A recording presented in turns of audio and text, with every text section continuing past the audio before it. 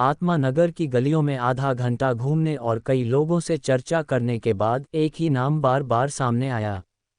ये नील विहंगम नीलामी घर सबसे लोकप्रिय लग रहा है। चलो इसे देखते हैं, रुद्र ने कहा। काव्या ने अपना सिर हिलाया और रुद्र के साथ उस ओर चल दी। लोगों के अनुसार यह नीलामी घर पूर्वी महाद्वीप के सबसे धनी और प्रभावशाली संस्थानों में से एक था। इसे नील विहंगम संप्रदाय का समर्थन प्राप्त था, जो इस दुनिया की सबसे शक्तिशाली शक्तियों में से एक है। हम वाकई किस्मत वाले हैं कि जिस दिन ये खुला, हम उसी दिन यहाँ पहुँच गए, है ना काव्या? रुद्र ने उत्साह के साथ पूछा। काव्या ने अपना छोटा सा सिर हिलाया। यह नीलामी घर हर 3 साल में एक बार खुलता था। आत्मा नगर की विशाल गलियों में कई मिनट पैदल चलने के बाद रुद्र और काव्या आखिरकार नीलामी घर के प्रवेश द्वार पर पहुंच गए। इमारत की भव्यता देखकर रुद्र दंग रह गया।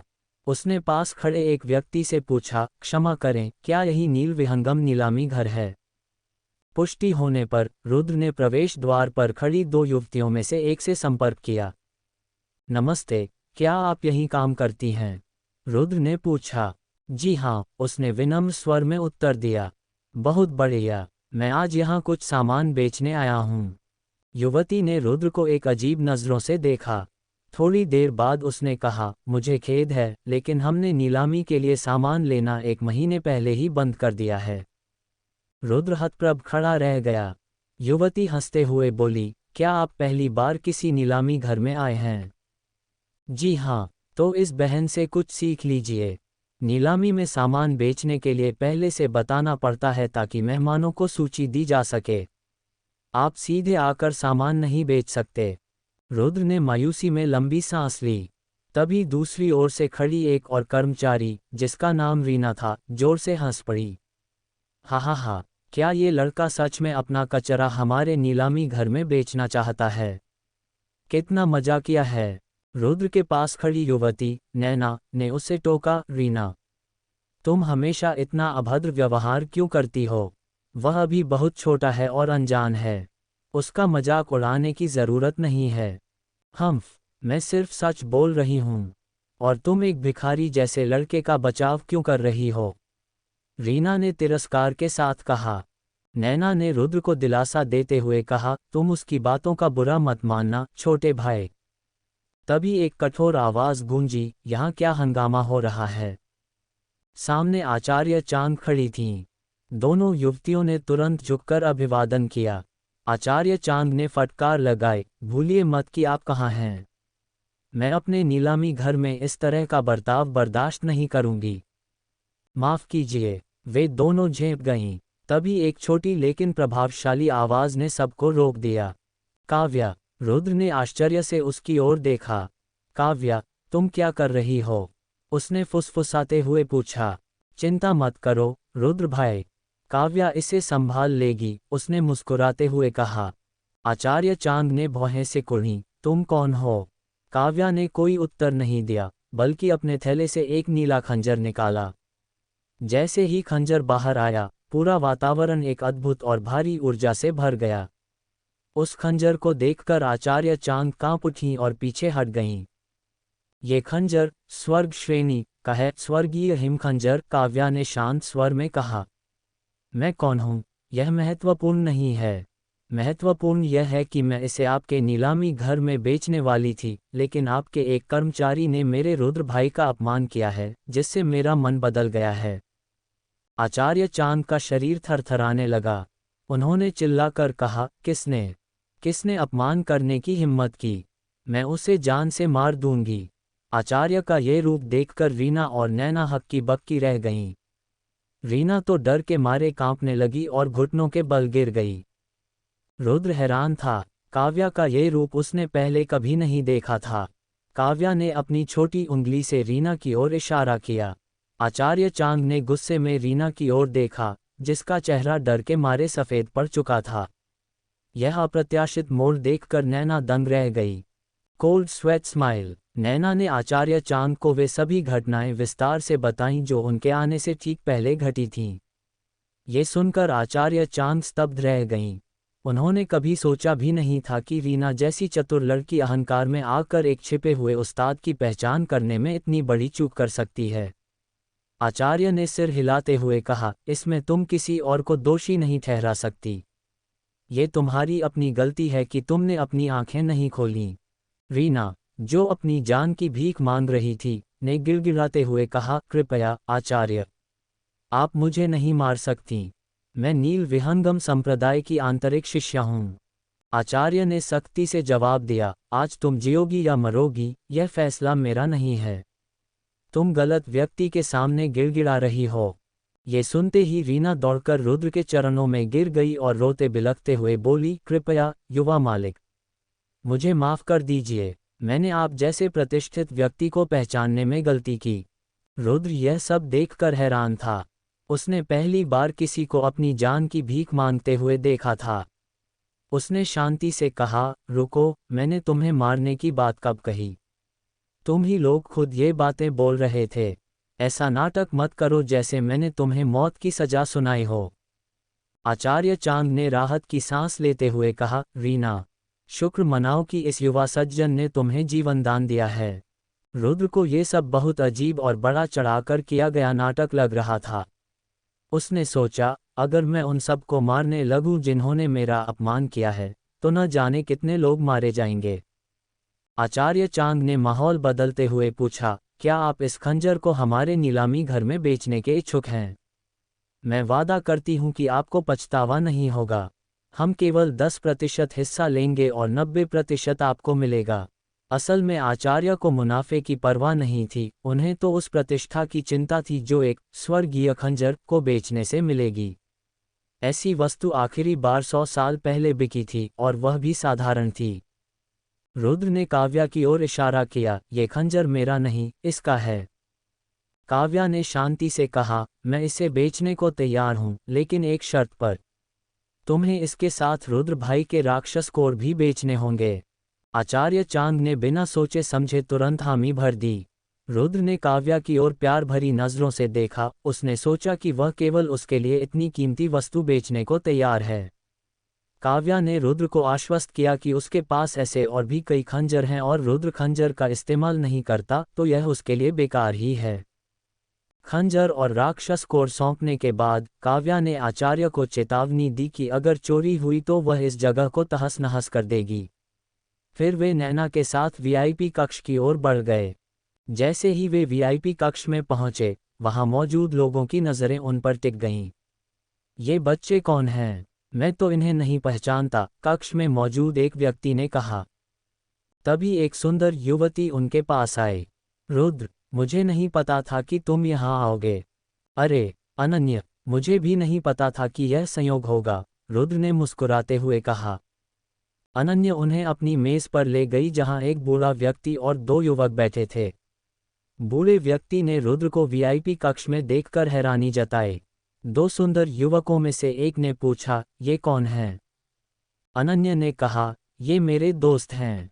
बाएं हाथ पर बैठे युवक ने पूछा, तुम किस राजघराने से हो? मैं ध्रुव हूँ, ध्रुव परिवार से। मैं दिव्यांशु हूँ, उसका जुड़वां भाई, दूसरे ने कहा। रुद्र ने सहज भाव से उत्तर दिया, मैं किसी परिवार से नहीं हूँ।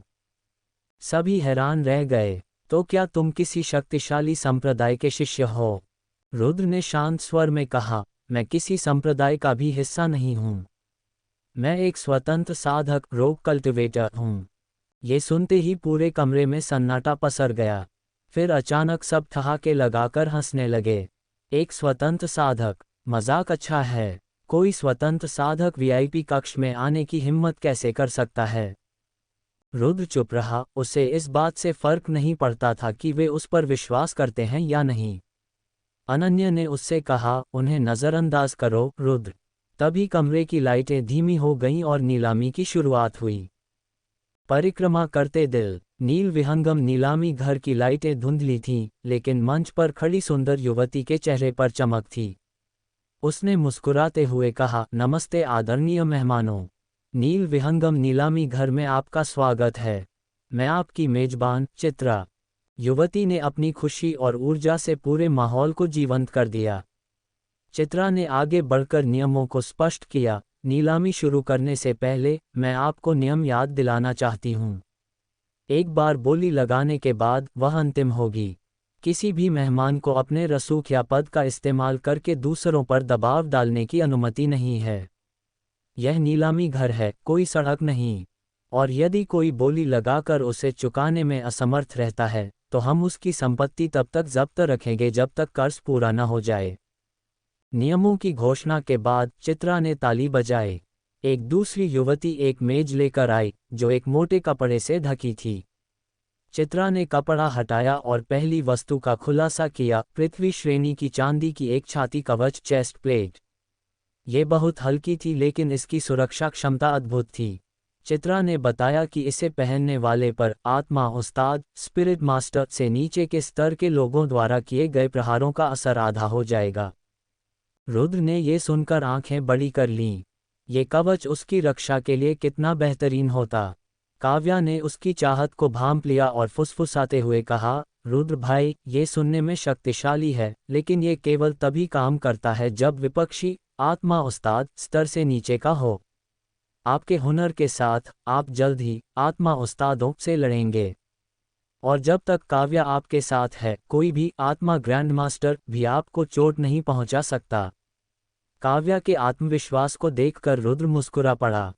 तभी मेज के दूसरी ओर बैठे ध्रुव और दिव्यांशु, उन भाइयों की जोड़ियों ने कवच को ललचाई नजरों से देखा। वे आपस में हंसने लगे और इसे हर हाल में हासिल करने की बात करने लगे।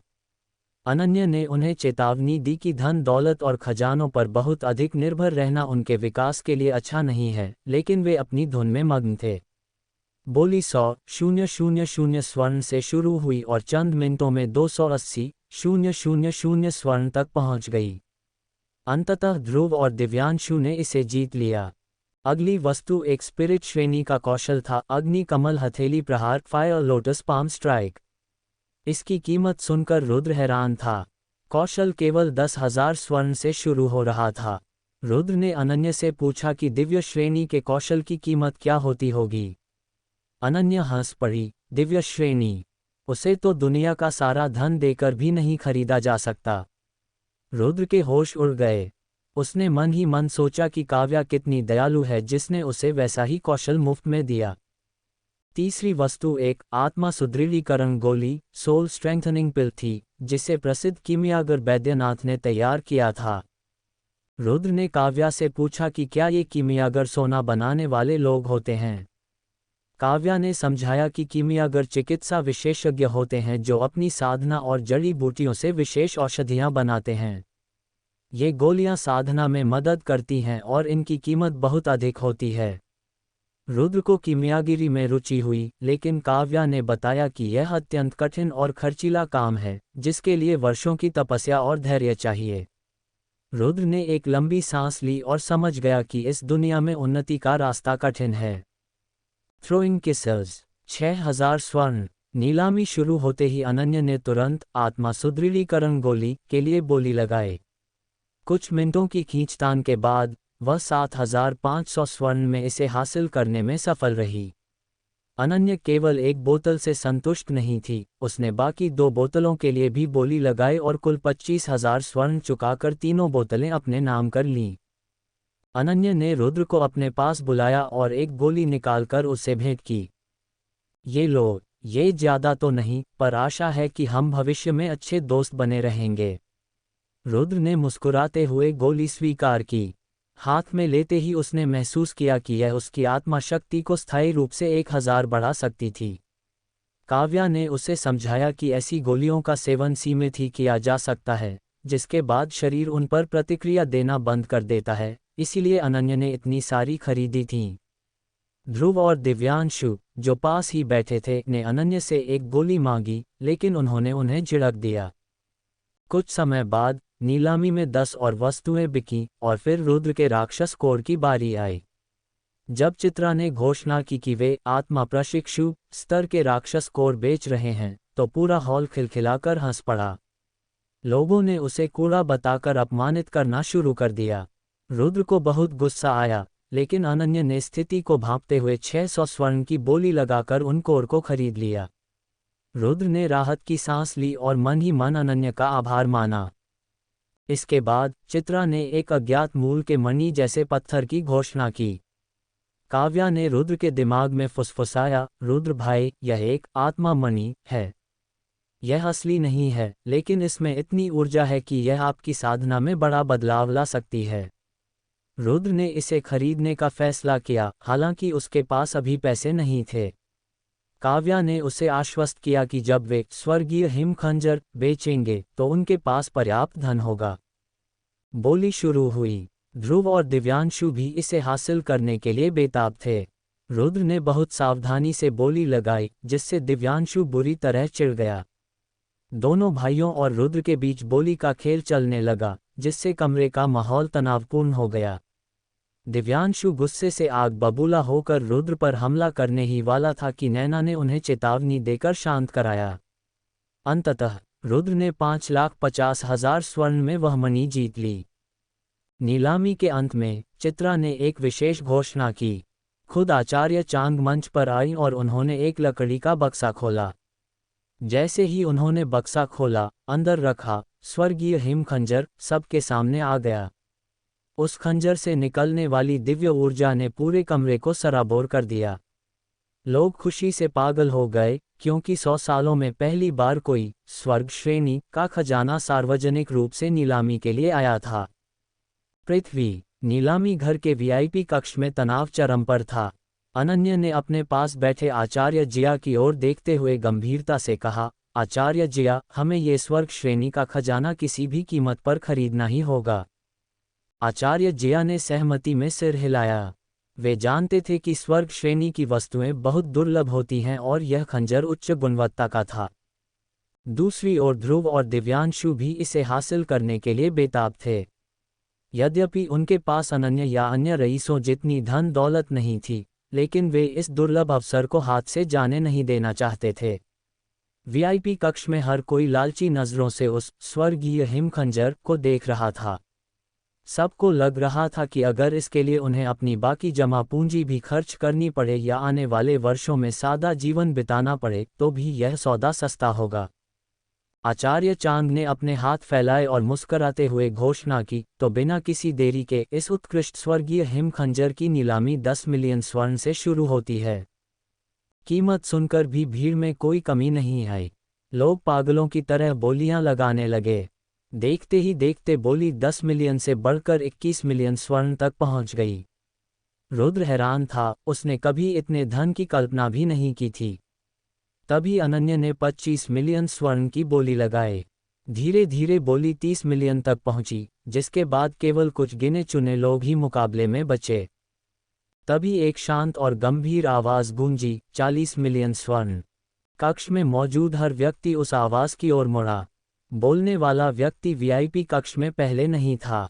वहां मौजूद लोगों ने उसे पहचान लिया। वह स्वर्ग पृथ्वी महल का जियान है। वह यहाँ क्या कर रहा है? रुद्र ने जियान को देखा, जो एक अद्भुत आभा से घिरा था। उसने काव्या से पूछा कि उस जैसे शक्तिशाली व्यक्ति से लड़ना कैसा होगा। काव्या ने उसे चेतावनी दी, रुद्र भाई, वह एक उच्च स्तरीय विशेषज्ञ है। तुम्हारी मौजूदा साधना के स्तर पर वह एक उंगली से तुम्हें खत्म कर सकता है। तुम तो एक सेकंड भी नहीं टिकोगे। जियान ने भी रुद्र और काव्या की ओर देखा। उसे काव्या में एक विशेषज्ञ जैसी आभा महसूस हुई। उसने सोचा कि किसी विशेषज्ञ से बिना कारण उलझना ठीक नहीं है, इसलिए उसने आगे कोई प्रतिक्रिया नहीं दी। 40 मिलियन स्वर्ण की बोली के बाद किसी ने आगे कोई बोली नहीं लगाए। अनन्या अंदर ही अंदर झुंझला गई। उसके पास और बोली लगाने की क्षमता थी, लेकिन वह स्वर्ग पृथ्वी महल से दुश्मनी मोल लेकर अपने परिवार के व्यापार को खतरे में नहीं डालना चाहती थी। नीलामी समाप्त हुई और जियान ने खंजर जीत लिया। आचार्य चांग ने खुश होकर घोषणा की। नीलामी खत्म होने के बाद अनन्या ने रुद्र से कहा, रुद्र, अगर तुम्हें कभी किसी चीज की जरूरत हो तो वसंत नगर में मुझसे संपर्क करना। मेरा दिया हुआ पदक किसी को भी दिखा देना, वे तुम्हें मेरे पास ले आएंगे। उम्मीद है हम फिर मिलेंगे। ध्रुव और दिव्यांशु ने रुद्र को घूरते हुए वहां से प्रस्थान किया। कुछ देर बाद नैना उन्हें एक निजी कक्ष में ले गई ताकि वे अपना पैसा वसूल सकें। नैना ने उनके सामने फीनिक्स पुष्प चाय, फीनक्स ब्लॉसम टी रखी। चाय पीते ही रुद्र को महसूस हुआ कि उसकी आत्मा शक्ति में 500 की स्थायी वृद्धि हुई है और उसकी ऊर्जा अवशोषण की गति भी बढ़ गई है। वह आचार्य चांद का इंतजार करने लगे। जश्न, ये चाय कितनी अद्भुत है। रुद्र ने चाय का एक घूंट लेते हुए बुदबुदाया। केवल एक घूंट से ही उसे अपनी शक्ति में बढ़त महसूस हुई। नैना ने मुस्कुराते हुए कहा, आदरणीय अतिथि, मुझे खुशी है कि आपको ये पसंद आई।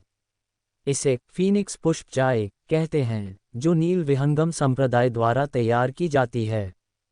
आमतौर पर इसे सिर्फ संप्रदाय के आचार्य ही पी सकते हैं, लेकिन आचार्य चांद ने विशेष रूप से आपके लिए इसे मंगवाया है। कुछ मिनटों बाद आचार्य चांद कमरे में आई और उनका अभिवादन किया। उन्होंने मेज पर जेड नीलम से बनी एक अंगूठी और एक छोटी लाल थैली रखते हुए कहा, धैर्य रखने के लिए धन्यवाद। मैंने आपकी बिक्री का पूरा हिसाब कर लिया है। नीलामी घर का 10% शुल्क और उस आत्मा मणि की कीमत काटकर शेष 35 मिलियन स्वर्ण इस आकाश अंगूठी में डाल दिए हैं और राक्षस कोर के बदले 540 स्वर्ण इस संग्रह थैली में हैं। उन्होंने आगे कहा, यह अंगूठी और थैली आप रख सकते हैं। स्वर्ग श्रेणी के खजाने के सामने ये कुछ भी नहीं है, पर कृपया इसे हमारे संप्रदाय की ओर से एक छोटा सा उपहार समझें। रुद्र ने अंगूठी उठाई और उसके सामने एक सूचना चमकी। 35,450,560 स्वर्ण प्राप्त हुए। आपने धन कुबेर सूची वेल्थ लीडरबोर्ड्स में पहला स्थान हासिल कर लिया है। आप कल्टीवेशन ऑनलाइन के सबसे धनी खिलाड़ी बन गए हैं। बधाई हो, आपको धनी युवराज की अनूठी उपाधि मिली है। ख्याति जोड़ 100। जब रुद्र ने देखा कि वह सबसे धनी खिलाड़ी बन गया है, तो उसे कोई हैरानी नहीं हुई। ये तो स्वाभाविक था। उसने अंगूठी काव्या को थमा दी, जो उलझन में उसे देख रही थी। काव्या ने पूछा कि वह उसे पैसे क्यों दे रहा है, क्योंकि यह उसी का खजाना था। रुद्र ने सिर हिलाकर कहा कि उसे यह रास नहीं आ रहा कि बिना कुछ किए उसे इतनी बड़ी धनराशि मिल जाए। काव्या ने दृढ़ता से उत्तर दिया, काव्या रुद्र भाई की है। काव्या की हर चीज रुद्र भाई की है, तो इसमें अजीब क्या है। रुद्र फिर भी नहीं माना। उसने कहा कि जब तक जरूरत न हो तब तक वे इस पैसे को खर्च नहीं करेंगे। काव्या ने अंगूठी लेकर उसके अंदर का धन अपनी थैली में डाल लिया और अंगूठी रुद्र को वापस कर दी। रुद्र भाई, पैसा मैं रख लेती हूँ, पर अंगूठी आप रखिए। ये सामान ढोने के लिए बहुत सुविधाजनक रहेगी। रुद्र ने इसे मान लिया, ये जाने बिना कि उस अंगूठी की कीमत भी लाखों में थी। उसी समय नील विहंगम नीलामी घर के बाहर आसमान में एक विशाल सूचना लटक रही थी, जिसे सब देख सकते थे। खिलाड़ी रुद्र ने 1000 से अधिक स्वर्ण जमा करके धन कुबेर सूची खोलने वाला पहला खिलाड़ी बनने का गौरव प्राप्त किया है। भीड़ दंग रह गई। लोग ये सोचकर चकित थे कि कोई इतनी जल्दी इतना पैसा कैसे कमा सकता है। रुद्र इन बातों से अनजान था। उसे अंदाजा भी नहीं था कि खेल की मुद्रा को वास्तविक दुनिया के पैसों में बदलने पर यह करोड़ों के बराबर था। जाते समय आचार्य चांद ने उन्हें नीलामी घर का एक हीरा पास, डायमंड पास दिया। जब तक आपके पास ये पास है, आप दुनिया के किसी भी नीलामी घर में प्रवेश कर सकते हैं जो नील विहंगम संप्रदाय के अधीन है। रुद्र और काव्या ने धन्यवाद दिया और नीलामी घर से बाहर निकल गए। Cherry blossom. नीलामी घर से बाहर निकलने के बाद रुद्र और काव्या शहर की भीड़ में यूं ही घूमने लगे। रुद्र ने काव्या से पूछा कि उसे भविष्य के लिए खुद को बेहतर ढंग से तैयार करना चाहिए। काव्या ने मासूमियत से सिर झुकाया और कहा कि उसके पास बहुत से खजाने हैं जिनका उपयोग रुद्र कर सकता है। रुद्र ने एक फीकी मुस्कान के साथ कहा कि वह हर चीज के लिए उस पर निर्भर नहीं रह सकता और खुद मेहनत करके अपनी चीजें कमाना चाहता है। काव्या अभी भी उलझन में थी, क्योंकि उसे समझ नहीं आ रहा था कि रुद्र इतनी मेहनत क्यों कर रहा है, जबकि वह स्थिति का फायदा उठा सकता था। रुद्र ने हंसते हुए बताया कि उसने अपना अधिकांश जीवन शारीरिक रूप से अक्षम रहकर बिताया है, जहां वह छोटी छोटी चीजों के लिए भी दूसरों पर निर्भर रहता था। उसे उस बेबसी और निरर्थकता से घृणा थी। अब जब उसे यह शरीर मिला है, तो वह जीवन के हर पल का आनंद लेना चाहता है। काव्या उसकी बातों में छिपे अकेलेपन को समझ गई और उसने तय किया कि वह रुद्र का दर्द कम करने के लिए कुछ न कुछ जरूर करेगी। थोड़ी देर बाद वे एक शस्त्रागार के पास पहुंचे जिसका नाम था नाग शस्त्रागार। दुकान के काउंटर के पीछे बैठे एक अधेड़ उम्र के व्यक्ति ने उनका स्वागत किया। रुद्र ने वहां की चीजें देखनी शुरू की, लेकिन उन पर लगी कीमतों को देखकर उसकी आंखें फटी की फटी रह गईं। स्तर के हथियारों की कीमत उसकी कमाई से कई गुना ज्यादा थी। काव्या ने उसकी मायूसी को भांप लिया और कहा कि बिना किसी संप्रदाय या अमीर खानदान के समर्थन के इन जगहों पर आना केवल खुद को नीचा दिखाना है। जब दुकानदार ने देखा कि वे बिना कुछ खरीदे जा रहे हैं, तो उसने उनका अपमान करना शुरू कर दिया। उसने उन पर चिल्लाते हुए कहा कि वह फटेहाल लोगों के स्वागत में अपना समय बर्बाद नहीं करेगा और ये दुकान पृथ्वी नाग संप्रदाय की है, वे चाहे तो जो कर लें। काव्या, जो रुद्र का अपमान बर्दाश्त नहीं कर सकती थी, ने पलक झपकते ही अपने संग्रह अंगूठी से 2 स्वर्ग श्रेणी के खजाने निकाले और उन्हें खिलौनों की तरह हाथ में ले लिया। उन हथियारों की दिव्य चमक देखकर दुकानदार सदमे में आ गया और उसी समय बेहोश होकर गिर पड़ा। काव्या ने हथियारों को वापस रखा और संतुष्टि के साथ रुद्र के साथ बाहर निकल गई। वे पास के ही एक रेस्तरां में गए। रुद्र, जिसे सालों से केवल सूप पीकर गुजारा करना पड़ा था, पागलों की तरह खाने पर टूट पड़ा। उसे विश्वास नहीं हो रहा था कि खेल के अंदर का खाना इतना असली और स्वादिष्ट हो सकता है। काव्या ने उसे बड़े ध्यान से देखा, जैसे वह कोई भूखा जानवर हो। उसने रुद्र को धीरे खाने की सलाह दी, लेकिन रुद्र अपनी भूख नहीं रोक पाया। वह खाता गया और उसकी आंखों से खुशी के आंसू छलक पड़े। काव्या ने धीरे धीरे अपना भोजन समाप्त किया और रुद्र को एकटक देखती रही। फायर रेस्तरां में लगभग 3 घंटे तक जी भरकर खाने के बाद रुद्र का पेट बुरी तरह फूल गया था और वह अपनी सामान्य अवस्था से कहीं अधिक भारी लग रहा था। अविश्वसनीय। रुद्र भाई, आपका पेट एक रहस्य है। न केवल आप राक्षस कोर खाकर पचा लेते हैं, बल्कि आप इतना भोजन भी कर लेते हैं कि 10 परिवार आराम से पल जाएं। काव्या ने बड़ी बड़ी आंखों से उसकी ओर देखते हुए कहा। रुद्र ने हंसते हुए उत्तर दिया, आमतौर पर मैं इतना नहीं खाता, पर पता नहीं क्यों जब मैं खाना निगलता हूँ तो ऐसा लगता है जैसे पेट तक पहुँचने से पहले ही वह गायब हो गया हो। और मेरी ऊर्जा भी काफ़ी बढ़ गई है। इतना सारा भोजन करने के बाद उसकी ऊर्जा का स्तर काफ़ी ऊपर चला गया था। काव्या ने स्पष्ट किया कि वह कोई सामान्य भोजन नहीं, बल्कि राक्षसों से बना आध्यात्मिक भोजन था जिसमें दिव्य ऊर्जा समाहित थी। रुद्र को स्वाद का कारण समझ आ गया, लेकिन जब बिल आया तो उसके होश उड़ गए। 500 स्वर्ण मुद्राएं, यह उसकी पूरी कमाई का लगभग अंत था। रुद्र ने लंबी सांस ली, अगर ऐसा है तो बेहतर है कि मैं खुद शिकार करूं और अपना खाना खुद बनाऊं। काव्या ने सहमति में सिर हिलाया। उसने तय किया कि वह बचत करने के लिए आध्यात्मिक भोजन बनाने की तकनीक सीखेगा। वे जल्द ही साधक केंद्र नामक एक दुकान पर पहुंचे। वहां की सहायिका ने उन्हें 3 किताबें दिखाईं, सहस्र छुरी तकनीक, दिव्य अग्नि नियंत्रण और आचार्य ओझा के व्यंजन। रुद्र ने जैसे ही उन किताबों को पढ़ा, उसे उनकी सारी तकनीकें तुरंत समझ आ गईं। ये देखकर कि वह कुछ सीख गया है, उसने बिना किसी हिचकिचाहट के अपने अंतिम 30 स्वर्ण देकर वे किताबें खरीद लीं। दुकान से बाहर निकलने पर रुद्र ने अपने खाली पर्स को देखा। हाँ, अब मेरे पास केवल 10 स्वर्ण बचे हैं।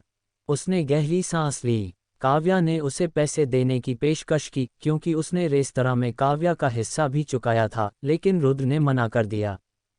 रुद्र ने कोमलता से कहा, नहीं काव्या, तुमने पहले ही मेरे लिए बहुत कुछ किया है। अब मेरा समय है कि मैं अपनी जिम्मेदारी उठाऊं, भले ही यह शुरुआत छोटे कदमों से हो। काव्या ने भावुक होकर कहा, रुद्र भाई, एक सेवक के रूप में आपकी सहायता करना मेरा कर्तव्य है। रुद्र ने उसके सिर पर हाथ रखा और एक सौम्य मुस्कान के साथ कहा, धन्यवाद काव्या, लेकिन आज से तुम मेरी सेविका नहीं, मेरी छोटी बहन हो। काव्या की आंखें खुशी से चमक उठीं। उसने उत्साह से सिर हिलाया, ठीक है, आज से काव्या रुद्र भाई की छोटी बहन है। Smiling face. दुकान से निकलने के बाद रुद्र और काव्या शहर में यूं ही टहलने लगे। कुछ देर बाद रुद्र ने काव्या से कहा, काव्या, मुझे डिनर के लिए लॉग ऑफ करना होगा। मैं थोड़ी देर में वापस आऊँगा। काव्या ने उत्सुकता से पूछा, मेरे जाने के बाद आप क्या करेंगे? रुद्र ने गले में पहने अपने हार की ओर इशारा किया, तुम जब भी वापस आओगी मुझे इसी हार के जरिए बुला लेना। काव्या का शरीर चमक उठा और वह हार के भीतर समा गई। हार की ऊर्जा देखकर रुद्र हैरान रह गया, फिर उसने गेम से लॉग ऑफ कर दिया। हकीकत की दुनिया में लौटते ही सन्नाटा छा गया। खेल की रंगीन दुनिया के मुकाबले ये कमरा बेहद अंधकार में और खाली था। उसका शरीर बेजान पड़ा था। रुद्र ने सोचा, काश मैं हमेशा के लिए उस डिजिटल दुनिया में रह पाता। उसे महसूस हुआ कि हकीकत कितनी तन्हा है, जहां केवल उसके दिल की धड़कन सुनाई देती थी। कुछ देर बाद कमरे में भारी कदमों की आवाज़ आई। उसे लगा कि उसकी बहन रिया आई होगी, लेकिन चलने का अंदाज अलग था। कौन है? रुद्र ने भारी आवाज़ में पूछा। युवा मालकिन काम में व्यस्त हैं, इसलिए आज रात का खाना मैं देखूंगी, एक अधेड़ उम्र की महिला शारदा ने उत्तर दिया। मुझे भूख नहीं है, रुद्र ने संक्षिप्त जवाब दिया। शारदा ने असंतोष जताते हुए कहा, पर मेरा काम है आपको खाना देना। मैंने कहा न, मुझे भूख नहीं है, रुद्र ने दो टूक कहा। शारदा चुपचाप कमरे से बाहर चली गई। जाते हुए उसने बुदबुदाया, इस बेकार शरीर के साथ यही चमत्कार है कि इसे अभी तक घर से बाहर नहीं निकाला गया है। रुद्र ने उसकी बात सुन ली थी और एक फीकी मुस्कान के साथ उसने इसे नज़रअंदाज कर दिया। उसने सोचा कि शायद एक दिन उसकी आवाज़ और सुनने की शक्ति भी साथ छोड़ देगी। कुछ देर बाद वह फिर से गेम की दुनिया में लौट आया। काव्या उसे देख रही थी। हालांकि उसने अपनी उदासी छिपाने की कोशिश की, लेकिन काव्या उसकी आंखों में छुपी पीड़ा को पड़ गई। रुद्र ने बात टाली और काव्या के साथ शहर से बाहर जंगल की ओर चल दिया। रास्ते में काव्या ने धीरे से कहा, रुद्र भाई, कोई हमारा पीछा कर रहा है। रुद्र ने सतर्क होते हुए पूछा, क्या वे ध्रुव और दिव्यांशु हैं? काव्या ने सिर हिलाया, हाँ, लेकिन उनके साथ एक और व्यक्ति है। वह आत्मा उस्ताद स्पिरिट मास्टर स्तर का साधक है। रुद्र थोड़ा चिंतित हुआ, लेकिन उसे काव्या पर भरोसा था। वे गहराई में चलते गए। कुछ मील दूर जाकर एक जानी पहचानी आवाज़ आई, वहीं रुक जाओ। रुद्र और काव्या मुड़े। सामने ध्रुव, दिव्यांशु और उनके साथ एक लंबा हट्टा कट्टा व्यक्ति विक्रमजीत खड़ा था। दिव्यांशु ने गुस्से में चिल्लाते हुए कहा, नीलामी घर में तुमने अनन्य के सामने हमारा जो अपमान किया है, उसकी कीमत तुम्हें अपनी जान से चुकानी होगी। हबिस्कस, रुद्र ने हैरान होते हुए पूछा, एक पल रुकिए, मैंने तुम्हारा चेहरा कैसे बिगाड़ दिया? तुम्हारा चेहरा तो बिल्कुल ठीक है, मैंने तो तुम्हें छुआ तक नहीं। उसने चिढ़ते हुए आगे कहा, अगर झूठ बोलना ही है तो कम से कम कुछ बेहतर तो सोचो। दिव्यांशु गुस्से में पैर पटकते हुए चिल्लाया, मेरा मतलब वह नहीं है। तुम मेरा मजाक उड़ा रहे हो, दुष्ट। तुम्हारी वजह से मेरी प्रतिष्ठा मिट्टी में मिल गई। अनन्य के सामने तुमने मुझे अपमानित किया। मैं तुम्हें मारकर भी माफ नहीं करूंगा। रुद्र ने सिर हिलाया। उसे समझ नहीं आ रहा था कि लोग केवल मामूली अपमान के लिए हत्या तक क्यों उतारू हो जाते हैं। उसने शांति से कहा, कितनी अतिशयोक्ति है ये। अगर अपमान का बदला केवल जान लेकर ही लिया जा सकता है, तो तुम्हें अपनी पूरी जिंदगी बस लोगों को मारने में ही बितानी पड़ेगी। ये बहुत कठिन जीवन शैली होगी। ध्रुव और दिव्यांशु खिलखिलाकर हंस पड़े। उन्होंने रुद्र का मजाक उड़ाते हुए कहा, तो क्या हुआ? मैंने बहुत से लोगों को मौत के घाट उतारा है जिन्होंने मुझे परेशान करने की कोशिश की। ये दुनिया वैसी ही है, यहाँ शक्तिशाली ही निर्बल को खाता है। रुद्र की त्योरियां चढ़ गईं। उसने सख्ती से कहा, तुम किस तरह की बीमार दुनिया में जी रहे हो मुझे परवाह नहीं है, लेकिन आज मेरा मूड ठीक नहीं है। बेहतर होगा कि तुम मुझे अपने हाल पर छोड़ दो, इससे पहले कि मुझे गुस्सा आए। दोनों भाई फिर हंसे, तो क्या? अगर तुम्हें गुस्सा आ भी गया तो क्या कर लोगे? तुम एक अकेले आत्मा योद्धा हो, जबकि हमारे पास दो आत्मा योद्धा और एक आत्मा उस्ताद है। वे अपनी तलवारें निकालकर रुद्र की ओर बढ़ने लगे। रुद्र ने अपनी तलवार निकाली। उसकी आभा तेज और धारदार हो रही थी, मानो वह खुद एक तलवार हो। इसे देखकर पीछे खड़े विक्रमजीत ने ध्रुव और दिव्यांशु को सचेत किया कि वे इसे कम ना आंकें, क्योंकि उसकी आभा उसके स्तर से कहीं अधिक शक्तिशाली है। लेकिन अहंकार में डूबे भाइयों ने विक्रमजीत की एक न सुनी। काव्या ने रुद्र के कान में धीरे से पूछा, क्या आप इन दोनों को हरा पाएंगे? रुद्र ने निश्चिंत होकर कहा, अगर वे केवल 5वें स्तर के आत्मा योद्धा हैं तो यह मेरे लिए समस्या नहीं होगी। काव्या ने सिर हिलाया और फिर रुद्र ने अपनी तलवार मजबूती से पकड़ी। ध्रुव और दिव्यांशु ने रुद्र पर हमला बोल दिया। रुद्र ने बहुत ही कुशलता से उनकी तलवारों के प्रहार को एक साथ रोक लिया। जैसे जैसे लड़ाई बढ़ती गई, रुद्र का आत्मविश्वास बढ़ता गया। उसने रक्षात्मक रुख छोड़कर आक्रामक रुख अपनाया और दोनों भाइयों को चौंका दिया। पीछे खड़ा विक्रमजीत हैरान था। उसने देखा कि यह लड़का न केवल प्रहार झेल रहा था, बल्कि लड़ाई के दौरान और अधिक शक्तिशाली होता जा रहा था। उसे एहसास हुआ कि उसने गलत व्यक्ति से दुश्मनी मोल ले ली है। वह हस्तक्षेप करने ही वाला था कि तभी उसे काव्या की ओर से एक ऐसी भयानक और अदृश्य दबाव प्रेशर महसूस हुई कि उसकी रीढ़ की हड्डी में सिहरन दौड़ गई। उसने पहचान लिया कि वह छोटी बच्ची कोई साधारण नहीं, बल्कि उससे भी कहीं अधिक शक्तिशाली विशेषज्ञ है। उसे समझ आ गया कि अगर उसने इस लड़ाई में दखल दिया तो काव्या उसे पल भर में खत्म कर देगी। Smiling face.